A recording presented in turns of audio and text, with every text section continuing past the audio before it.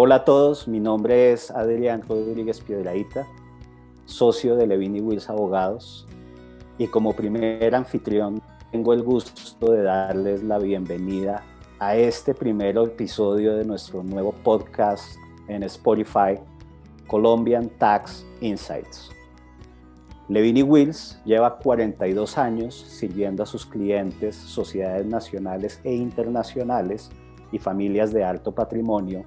en las áreas de impuestos, inversión extranjera, cambios internacionales, derecho comercial y corporativo, comercio exterior y litigios. Y en este mismo espíritu, y como parte de nuestra nueva estrategia de presencia digital, hemos creado este nuevo espacio para compartir con nuestros clientes reflexiones sobre temas de actualidad e interés en las áreas del derecho en las que ofrecemos nuestros servicios. Colombian Tax Insights, nuestro nuevo podcast en Spotify, se suma a nuestro nuevo canal de YouTube, en el que nos encuentran como Levin & Wills, y a nuestros ya tradicionales canales en Twitter, @ColombianTaxFlash, y en LinkedIn, donde también nos encuentran como Levin & Wills, y a los recursos ya tradicionales y publicaciones que nuestros clientes y ahora oyentes pueden encontrar en nuestra web www.levinywills.com, la cual será relanzada en el mes de diciembre de 2020. Sin más preámbulo, quiero darle la bienvenida a nuestro primer invitado en el primer episodio de nuestro nuevo podcast, Alfredo Levin Figueroa. Alfredo es socio fundador de Levin & Wills, fundó nuestra firma en el año de 1978. Desde entonces se ha consolidado como un reconocido asesor en materia fiscal y legal. Ha sido presidente del Instituto Colombiano de Derecho Tributario, presidente del capítulo de Colombia del International Fiscal Association, decano de la Facultad de Derecho de la Universidad de los Andes, miembro del Consejo Directivo de la Universidad de los Andes, y en el año 2015 fue miembro de la Comisión de Expertos de Reforma Tributaria del gobierno de la época. Alfredo, bienvenido y qué gusto tenerte acá con nosotros. Muchas gracias, Adrián, por esta amable presentación. Estoy muy complacido de participar en este lanzamiento. Muchas gracias, Alfredo, por aceptar nuestra invitación. El tema que nos convoca para este primer episodio de nuestro nuevo podcast tiene que ver con la situación fiscal que enfrenta Colombia 8 meses después de la pandemia. Y para efectos de introducción, quisiera recordar simplemente que hace 8 meses, cuando la pandemia llegó a Colombia, el gobierno nacional muy rápidamente reaccionó declarando la emergencia económica y adoptando una serie de medidas que los contribuyentes y el empresariado nacional esperaban fueran muchísimo más robustas y profundas para evitar lo que más adelante se vería como una contracción económica en el caso colombiano y también en el caso de otras jurisdicciones del mundo. Esas medidas, con algunas excepciones, se limitaron simplemente a ampliar los plazos de presentación y pago en tributos del orden nacional y local. Y como que después de una primera prórroga de esa emergencia económica y esperando una tercera que nunca llegó, por lo menos a la fecha de grabación de este podcast, esas medidas profundas que buscaban proteger a los distintos sectores de la economía y los empresarios a lo mejor ver unas reducciones en sus cargas fiscales, pues la verdad es que nunca llegaron. Y han pasado 8 meses y estamos a puertas de que se acabe el año 2020 y sigue en el aire la pregunta de cuáles son las medidas que se deberían tomar ante una eventual reforma fiscal para enfrentar no solo los temas de recaudo, sino los temas de cómo incentivar la actividad económica en el país. Y es que en este contexto que invitamos a nuestro socio fundador, Alfredo Levín Figueroa, para que nos hable de este tema y nos comparta sus reflexiones sobre la situación, sobre lo que él considera podemos estar viendo en el futuro y lo que él cree sería recomendable en materia fiscal para el país. Con esta introducción quiero darle de nuevo la palabra a nuestro socio, Alfredo Levín Figueroa. Muchas gracias de nuevo, Alfredo. Gracias, Adrián. Indudablemente es un tema de inmensa importancia y actualidad. Yo creo que para abordar con cierto rigor este tema se requiere pensar, por una parte, en las necesidades que hay sobre la materia, a lo cual me voy a referir más adelante, las circunstancias concretas en que vamos a estar en los próximos meses,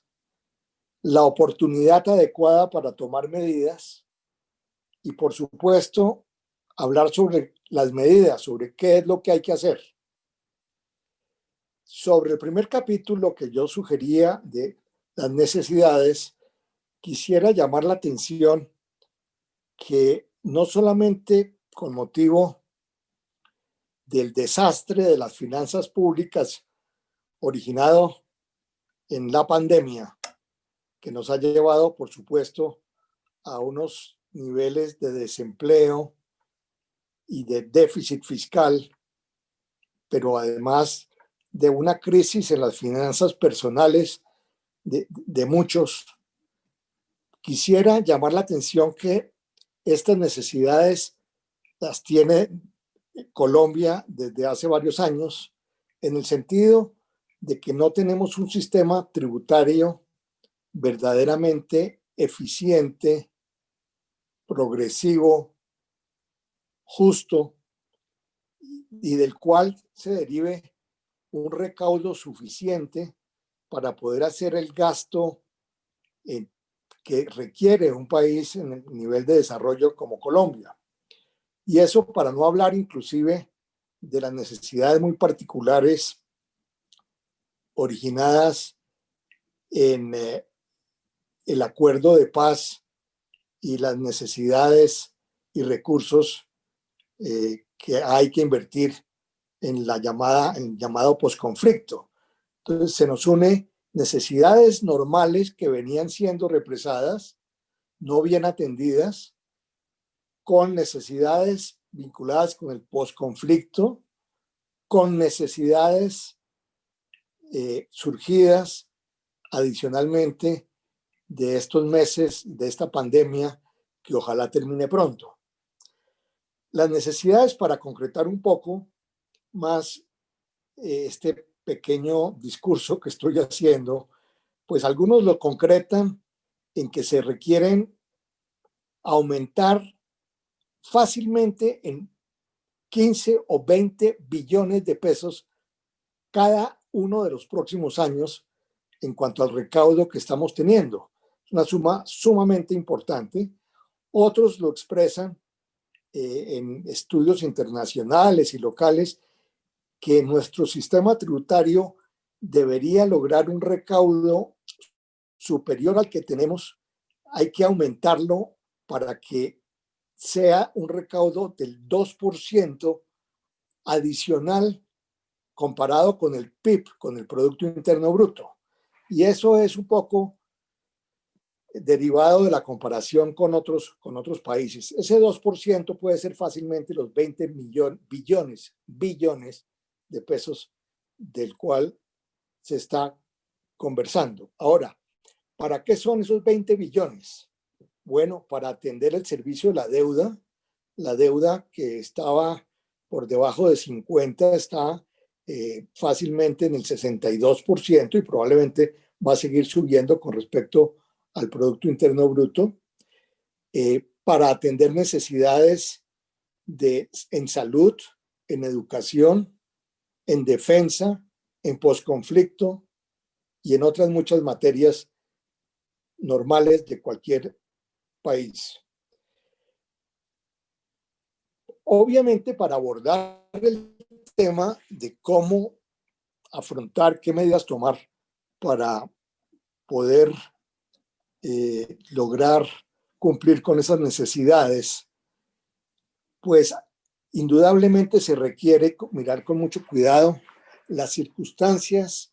no solamente económicas, sino políticas. Cuando hablo de las circunstancias económicas que tenemos ahora, pero que habría que mirar para comienzos del año entrante, pues daría la impresión de que nos vamos a encontrar, como ya dije, con una economía muy débil, con un desempleo muy alto, con una demanda muy debilitada, con unos sectores altamente afectados, con una relación de exportaciones muy baja, y eso hace que uno no pueda, desde el punto de vista estrictamente económico, pensar en que se puedan tomar unas medidas de carácter tributario que no vayan en línea de lo que se requiere, porque en general las medidas tributarias que pretenden aumentar el recaudo pueden afectar aún más la demanda, el empleo y en general el vigor y la fuerza que se requiere para volver a que la economía por lo menos se ponga al nivel de como estaba antes de la pandemia. Entonces, desde el punto de vista económico hay que tener mucho cuidado de escoger, como ya veremos, la oportunidad adecuada. Pero además de las razones y circunstancias de carácter económico que he mencionado, pues las circunstancias de carácter político, sin entrar en temas específicos de movimientos, de partidos ni de candidatos, pues es algo que hay que considerar muy juiciosamente, porque es claro que el año 2021 va a ser un año de mucha agitación política electoral frente a lo que se viene de elecciones en el año 2022. De tal manera que no es fácil considerar viable y afortunado, digamos, la circunstancia para convocar al Congreso a hacer la reforma tributaria que pueda requerirse, repito, para obtener un recaudo fácilmente de 20 billones adicionales cada año de aquí para adelante, porque cualquier reforma en ese sentido va a pisar intereses, va a pisar, como se dice coloquialmente, callos, y va a afectar pues el sexapil político de quienes van a participar en los movimientos, tanto para lograr la presidencia de la República como para el Congreso de la República. De manera que estamos en una circunstancia económica difícil, una circunstancia política difícil y unas necesidades perfectamente claras, necesarias para abordar, y por tanto eso me lleva un poco a hablar a insistir en que la oportunidad no pareciera ser para una reforma tributaria que logre lo que se requiere, no pareciera adecuado el año 2021. Por supuesto, tampoco es que la situación económica dé para esperar mucho, pero una reforma a las carreras y por encima del 2021, yo pensaría que primero de que probablemente no sería viable, no se lograría, pues produciría muy probablemente una reforma defectuosa, insuficiente y llena de imprecisiones,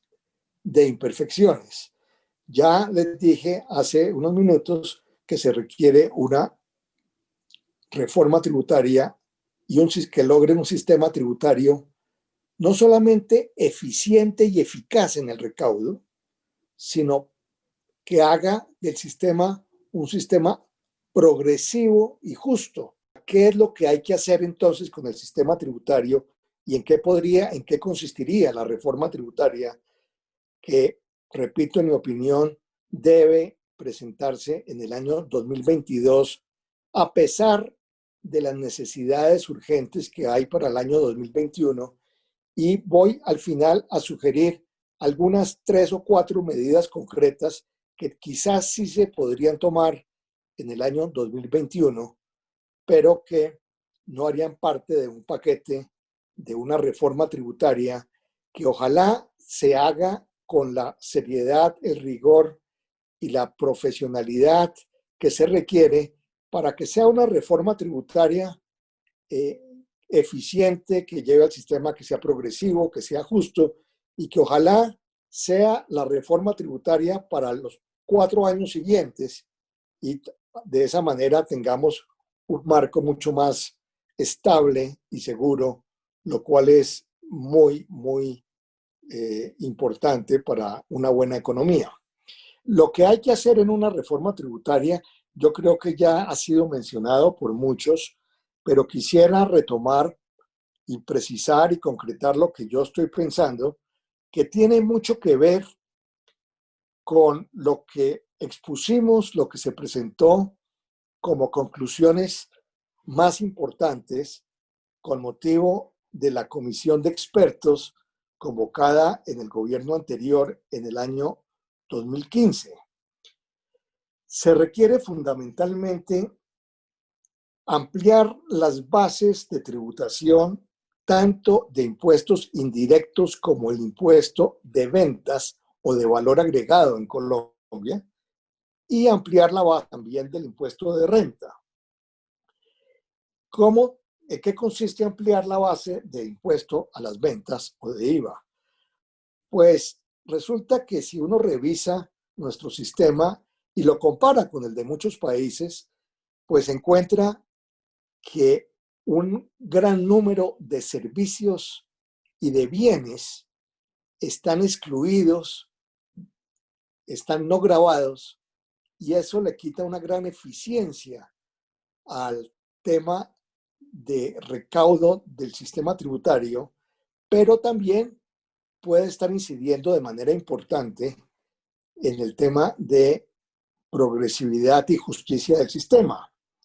El impuesto a las ventas, si uno revisa el artículo 476 y también el artículo 477, encuentra que hay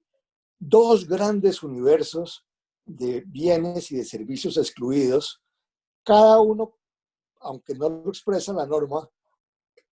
en virtud de algunas circunstancias, oposiciones o intereses que se han dado en el pasado, pero que algunas tienen sentido. Sin embargo, se está haciendo una grandísima y muy juiciosa revisión de todos esos tratamientos especiales, tanto de IVA como de impuesto de renta, que son, el impuesto de renta son una gran cantidad, para ver cuáles se justifican, cuáles no se justifican, cuáles hay que eliminar. Y hoy en día lo que se habla, por ejemplo, es que tanto las exoneraciones de IVA como las de renta le pueden estar costando al país pues unas cifras que uno queda asombrado. Se hablan hoy en el periódico y ayer tal vez el director de impuestos hablaba de que todo eso puede ser una exclusión que puede valer más de 90 billones de pesos. Ahora, cuando uno entra a ver, pues naturalmente hay unos, por ejemplo, servicios a la salud que probablemente no es fácil grabarlos con IVA, y servicios a la educación, que también es difícil, y en fin, comienza a haber con mucha dificultad el análisis de cada una de esas, pero precisamente, como todos sabemos, se creó una comisión de carácter internacional cuyos resultados van a darse el año entrante. Yo creo que no solo por el hecho de ser internacional, sino porque han hecho un trabajo muy focalizado, que ya hay experiencias en el mundo en esta materia, pues van a presentar unas conclusiones y unas recomendaciones que seguramente serán muy pertinentes y que yo diría que por lo menos desde el punto de vista académico, de alguna manera de política también, pero de política más que partidista, de política fiscal internacional, le va a dar mucho más fuerza y legitimidad a una discusión que se viene y que debe concretarse, repito, en la ampliación de las bases de IVA y de renta para la reforma del 2022. Tiene que ver también mucho esto con, por lo menos en impuesto de renta, con la ampliación de la base en cuanto a los sujetos que queden grabados en Colombia. A mí me parece que ya se ha vuelto bastante común y aceptado que hay que convocar mucho más personas, mucho más contribuyentes. Hay que bajar un poco la línea a partir de la cual se graba, porque cualquier comparación internacional muestra que en Colombia comienzan a estar grabados personas de ya alto nivel, comparado, digamos, con lo que ocurre en otras latitudes. Dicho de alguna otra manera, pues que comiencen a quedar grabados aquellas personas que tienen ingresos a partir o por encima de 4 salarios mínimos. Eso nos parece normal, pero no es normal. En otros países, claro, haciendo los ajustes correspondientes, daría como si en Colombia tuvieran que incluirse ya, así fueran unas tarifas nominales muy bajas, ojalá niveles más bajos, por ejemplo, a partir de 3 salarios mínimos, una cifra así. Y quien recibe 3 millones de pesos al mes, pues 3 millones de pesos al mes no es mucha plata, pero sí es un privilegiado dentro del contexto colombiano. Y tiene una capacidad de pago y pues por supuesto con una tarifa muy menor, pero debería ser un contribuyente de impuesto a la renta.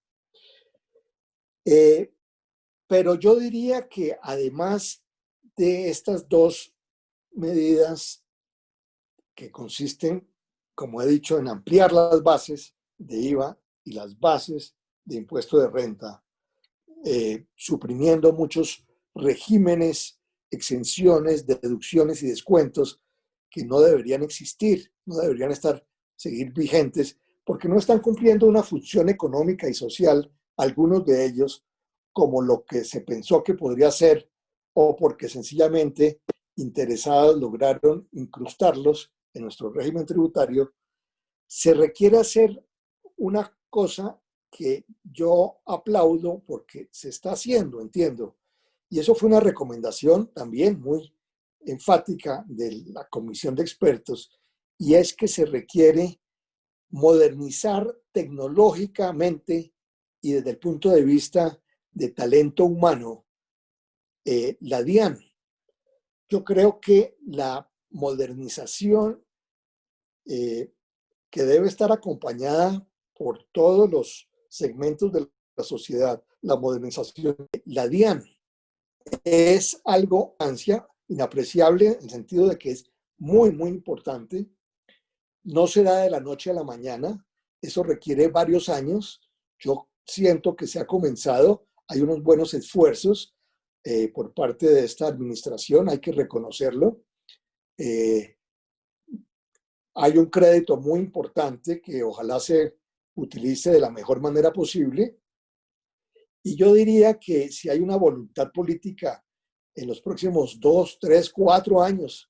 podríamos llegar a tener una empresa moderna que en sí misma va a generar un mayor control y una mucho mejor administración del sistema tributario, lo cual puede conllevar un aumento de recaudos muy, muy significativo. O sea que ahí no es un tema de reforma normativa, sino de acompañar la reforma necesaria a esa gran empresa, DIAN, de la cual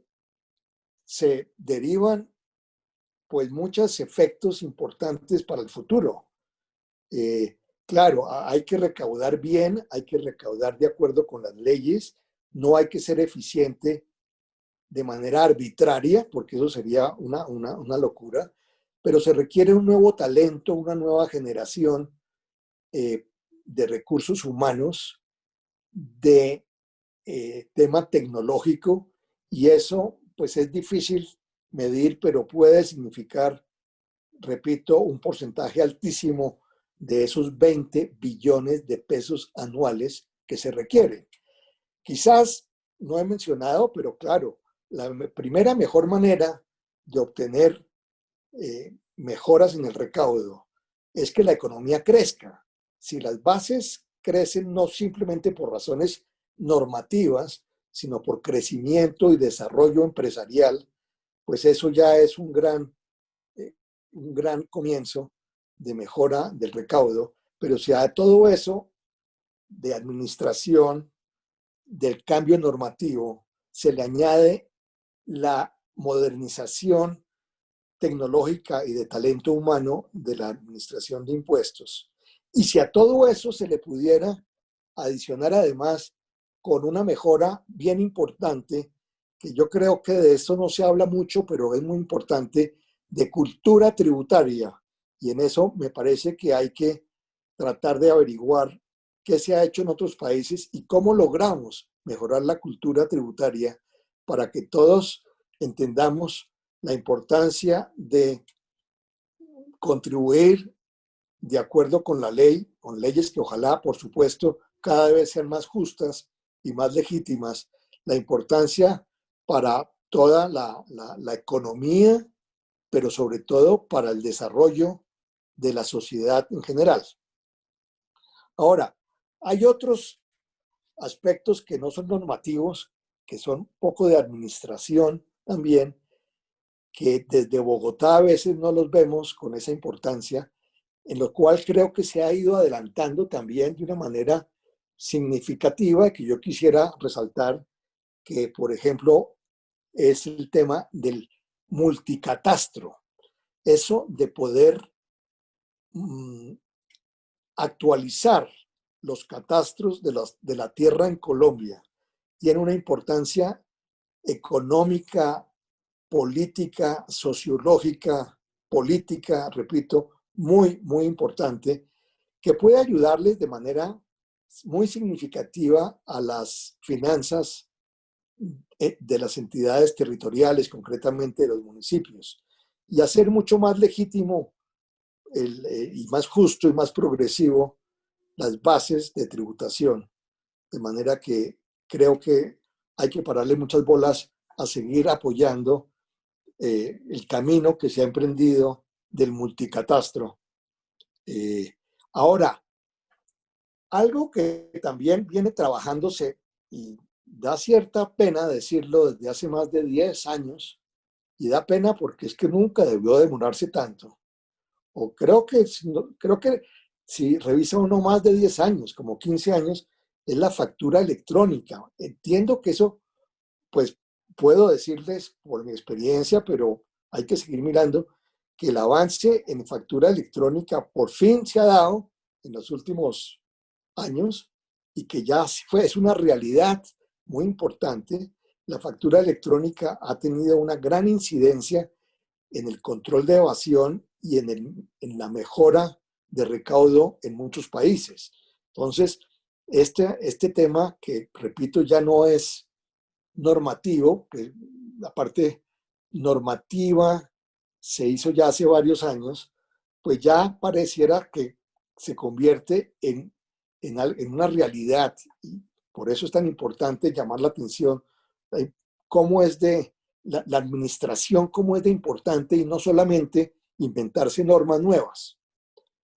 Eh, yo pensaría que entonces todos estos elementos que les he mencionado me llenan de cierto optimismo moderado, llamémoslo así, de que vamos a encontrar el camino para tener un sistema eficiente, progresivo y más justo, que logre precisamente mejorar las finanzas públicas y no solamente para el año 2022 y el 2023, sino para la década siguiente. Ahora, va a ser difícil lo de la reforma tributaria del año 2022, comenzando gobierno, pero yo creo que hay eh, un claro entendimiento, y tiene que serlo así también en las campañas, de que el país tiene que hacer una reforma muy juiciosa, muy completa, y seguramente va a ser rigurosa, severa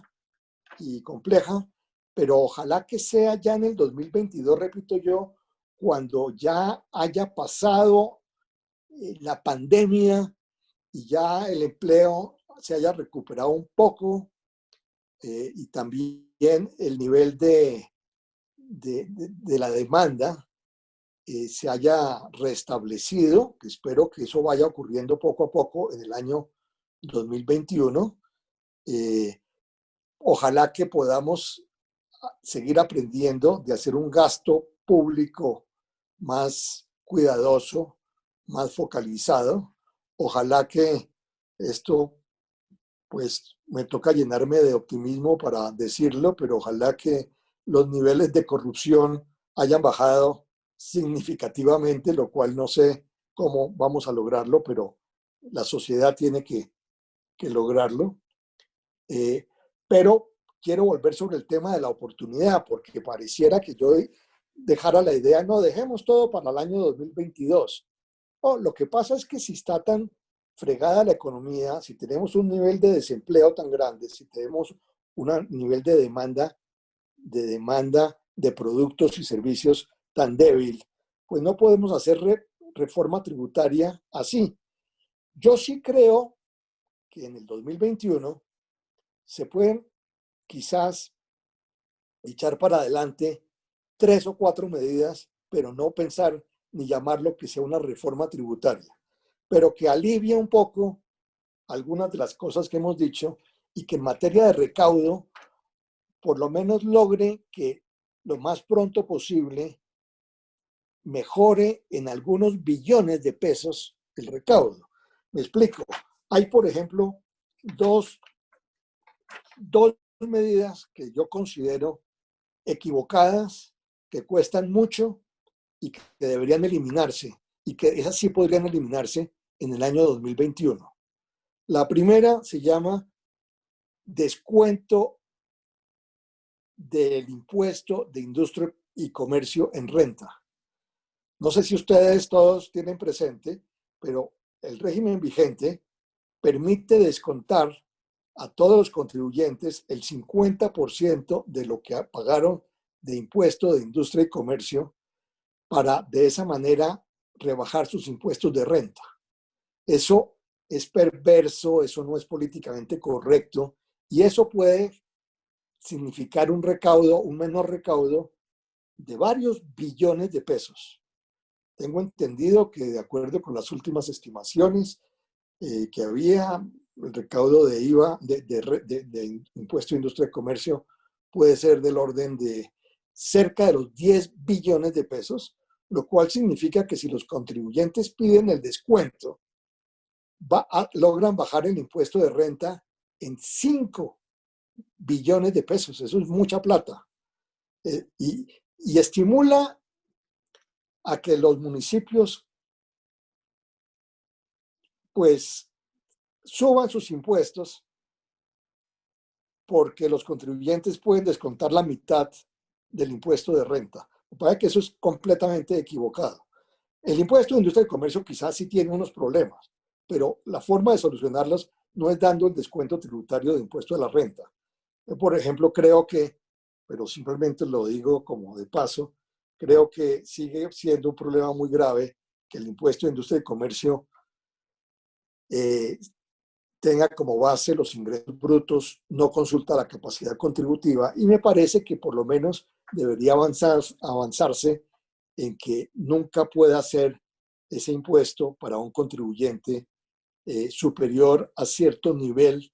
de su rentabilidad. Es decir, que se siga grabando ingresos brutos, pero con un límite, porque no tiene sentido que una empresa que tenga pérdidas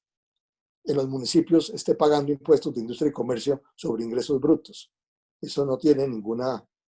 justificación, ninguna justicia. Pero entonces, la primera medida que yo suprimiría, que es reciente, es esta del descuento del impuesto de industria y comercio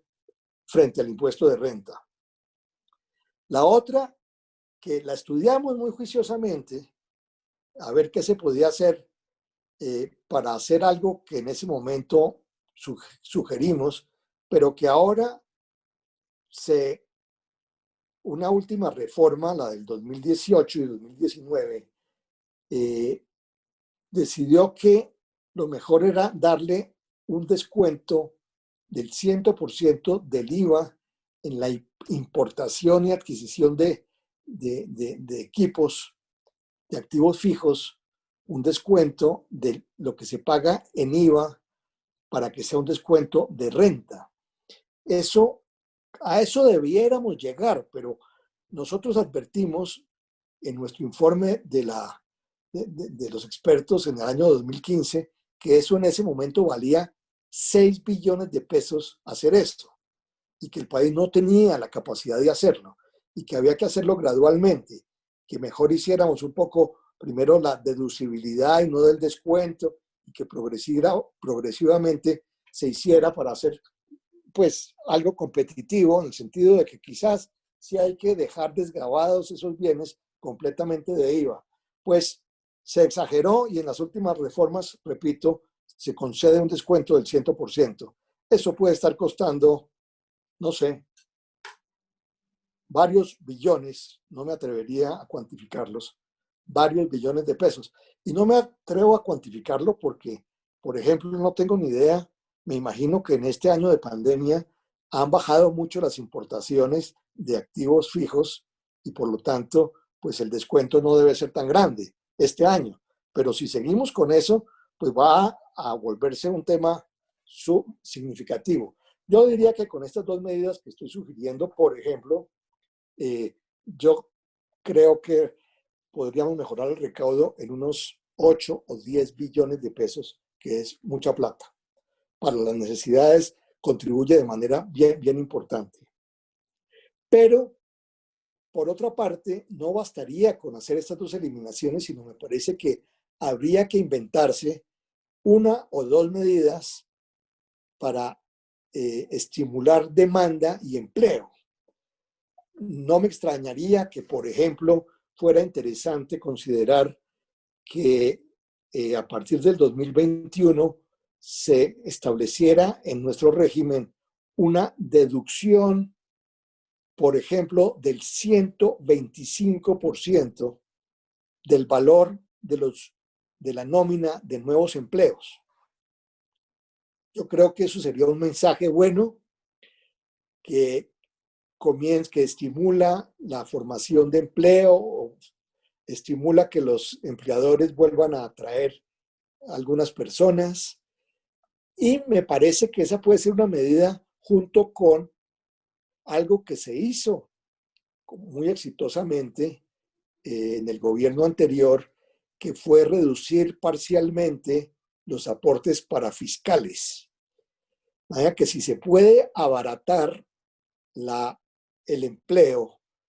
con una deducción de renta como la que estoy sugiriendo y bajando algo los parafiscales, me parece que podemos estimular el empleo, y el empleo significa más personas con ingresos, y más personas con ingresos estimula la demanda de bienes y servicios. Me parece que eso sí se podría hacer en el año 2021. Algunos dirán, pero no es suficiente. Y yo no controvertiría habría que ver si algo más se puede hacer, pero hay que ser muy cuidadosos porque mi propuesta es que en el año 2021 hayan 3, 4 o 5 medidas muy puntuales, no una reforma tributaria. La reforma tributaria hay que hacerla primero, después de que llegue el informe de la Comisión Internacional que está haciendo ese trabajo, que eso llega hasta por allá en el primer semestre del 2021. Segundo, hay que mirar muy bien porque no necesariamente hay que acoger 100% de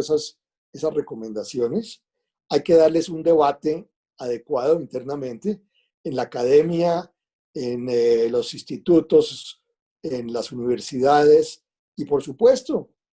en el Congreso cuando se lleve el proyecto. Y repito, creo que ese es un proyecto que hay que llevarlo en el año 2022.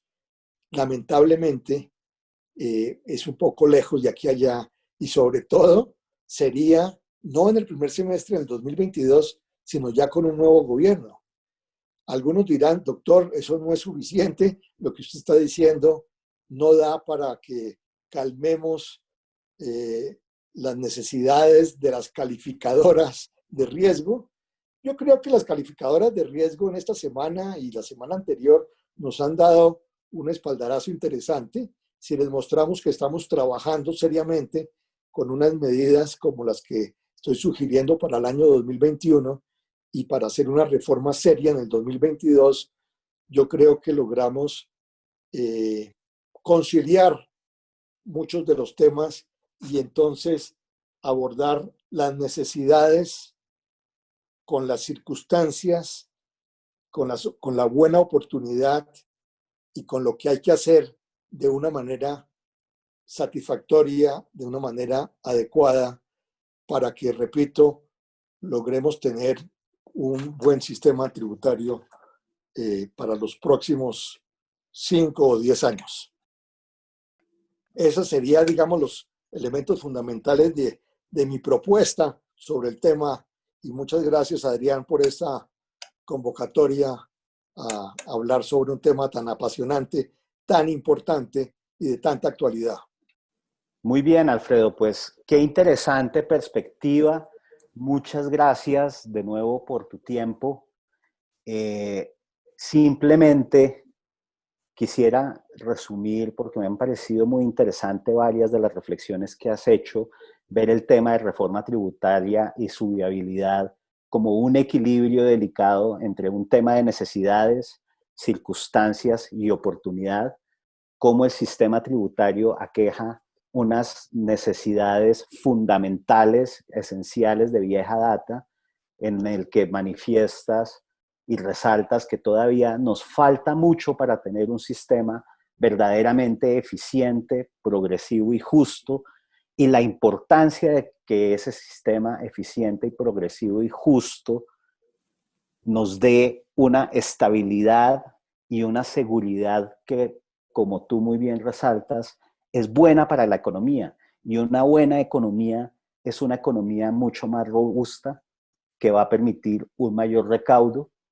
Señalas naturalmente las circunstancias que enfrenta el gobierno, que si bien tiene necesidades de recaudo normal para atender sus gastos normales, tiene además unas necesidades importantísimas derivadas del tema de posconflicto y ahora mucho más agravadas con las nuevas circunstancias generadas por esta pandemia, lo cual naturalmente va a aumentar el gasto público, pero cómo eso debe balancearse frente a una reforma que no desatienda una potencial reactivación, un mayor vigor para la economía, que aumente y mejore la demanda y el empleo, y cómo relaciona nuestro invitado, nuestro socio Alfredo Levin Figueroa, esto con el tema de oportunidad y ver cómo la oportunidad para una reforma estructural, coyuntural y de mayor envergadura realmente es el 2022 y no el 2021, y que en el 2021 tal vez lo que se debe afrontar es una reforma con unas medidas muy puntuales para facilitar en alguna manera un mayor recaudo, medidas que nuestro experto invitado resume en la eliminación del descuento de industria y comercio en renta,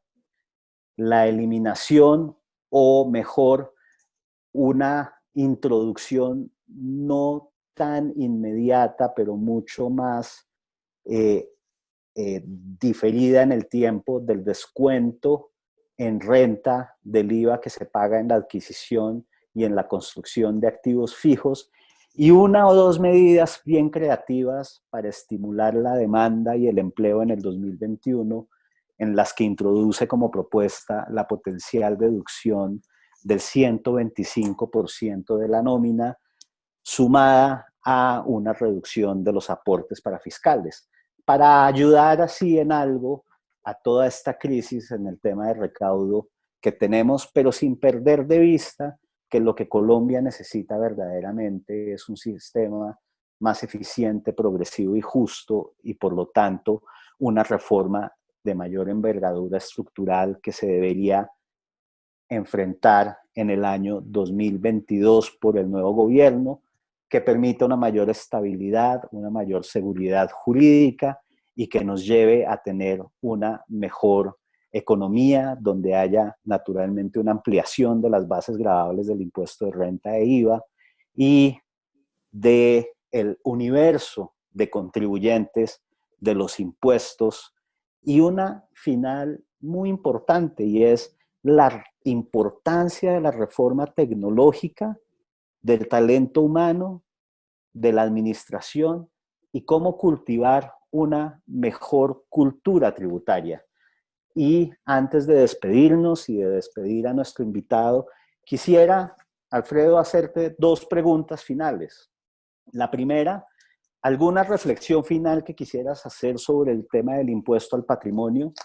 Y la segunda, una reflexión final sobre el tema de corrupción y la cultura tributaria. Para avanzar en la cultura tributaria, pues debemos combatir la corrupción. Y la gente siempre dice, oiga, pero yo pago más impuestos y aquí no hacen más sino robarse la plata, entonces, ¿cómo seguir pagando más impuestos? ¿Cómo comenzar a enfrentar y a darle la vuelta a ese tema que siempre escucha uno en corrillos cuando se habla de reforma tributaria? Dos preguntas muy pertinentes y muy buenas, Adrián. Sobre el impuesto de patrimonio, es pues algo que va a estar en el orden del día. En muchos países se está hablando sobre la importancia del impuesto del patrimonio para hacer sistemas más justos. En Colombia hay unos estudios recientes que muestran la no progresividad, por el contrario, la regresividad de nuestro sistema tributario, pero yo quisiera decirte que yo le encuentro alguna razón a que haya un impuesto de patrimonio de tal manera que se vea más justo el sistema, pero quisiera llamar la atención por lo menos de dos o tres elementos que son los siguientes. Primero, se ha venido últimamente llamando más impuesto a la riqueza, cosa que no me gusta, porque se vuelve un tema un poco de los ricos y de los no ricos. No me gusta que ese debate se haga de esa manera y menos normativamente y menos desde el punto de vista tributario. Segundo, ¿por qué no me gusta? Porque es que el problema del impuesto a la riqueza en un país como Colombia, voy a ser un poco ácido, es que en Colombia no hay muchos ricos, hay muy pocos ricos. En tercer lugar, pues hay que tener cuidado porque los que eran ricos, bien ricos, ya se fueron hace unos pocos años, están residiendo en el exterior. Entonces, yo no sé si los ricos ricos que se perseguirían ahora con el impuesto a la riqueza serían pues los que no se han ido y que de golpe empiezan a considerar que qué bueno irse. Y es que esto ya se vivió. En Francia, cuando se implantó el impuesto al patrimonio de una manera importante, las personas buscaron sitio para vivir en otros países. Ahora, no sé, no tenemos unas condiciones en el país que sean tan maravillosas como para pedirle a la gente que ha hecho algún patrimonio que lo sacrifique con impuesto de patrimonio. Pero a todas estas yo diría, bueno, sí, hay un impuesto hoy en día que más o menos se ha aceptado del 1% a partir de los 5.000 millones. Pues yo no sé si eso esté bien o esté mal, pero comienzan a haber como tentaciones por recaudo y por mostrar progresividad de que eso se modifique y que se aumente la tarifa. Y me parece que eso, entre otras cosas, llamaría yo la atención sobre lo siguiente: el impuesto al patrimonio o impuesto a la riqueza, no, de él no se deriva un recaudo importante, significativo para las necesidades que hablábamos de los 20 billones. Yo creo no equivocarme al decir que hoy en día el impuesto de patrimonio, tal y como está, produce bastante menos de 1 billón. Entonces, ese no es un tema que nos debiéramos ilusionarnos, porque si se sube mucho, se van los ricos, como digo yo. Segundo, creo que tenemos un sistema que tiene unos defectos todavía grandes como para que el impuesto de patrimonio esté verdaderamente adecuado para consultar la capacidad contributiva adecuadamente. Ahora, si uno dice no, rebajar para que la base, para que comiencen los que tengan un patrimonio de 2.000 o 3.000 millones, pues no sé. Entre otras cosas, por ejemplo, a mí me parece que todo lo que es la propiedad, la casa de habitación, que hoy en día se puede excluir solamente en un pedacito, pues la casa de habitación de cualquier persona debería eliminarse de base de tributación de impuesto a la riqueza o del patrimonio por varias razones, entre otras porque ese inmueble de habitación es para eso, por un lado para habitación y segundo porque eso ya está grabado con impuesto predial. Entonces, definitivamente hay que hacerle una serie de ajustes, como por ejemplo, qué hacer con la vivienda. Hay que hacer otro ajuste por las acciones. Las acciones, tenemos unas reglas actuales que no permiten hoy en día saber cuál es la verdadera capacidad contributiva de las personas si se mide por el lado de patrimonio, si de una manera importante son accionistas, porque las acciones, como tú sabes, se declaran normalmente de acuerdo con la regla por un valor histórico. Entonces, ahí se nos deforma completamente la base de impuesto de patrimonio. Entonces, yo le veo tantos problemas técnicos al impuesto de patrimonio. Segundo, veo que no es eficaz o eficiente en cuanto a recaudo. Tercero, genera un tema ahí de clases, de ricos y no ricos, que me preocupa mucho, pero entiendo que sí puede tener un poco más de capacidad contributiva una persona que, a pesar de que ya pagó sus impuestos de renta, tiene ahora ahorrado un patrimonio. Entiendo que se siga pensando en que deben contribuir de alguna manera. Entonces, un poco mi llamado es que si se mira el tema de impuesto de patrimonio, no nos hagamos, no lo volvamos un cuento de que de ahí se va a resolver el tema fiscal, porque eso no es cierto ni acá ni en ninguna parte. Y segundo, le tengo mucho miedo de que, como ya ocurrió, pues los que se sientan muy grabados, pues van a buscar otra residencia, otro país. Eso lo veíamos muy lejano, ocurrió ya y puede volver a ocurrir con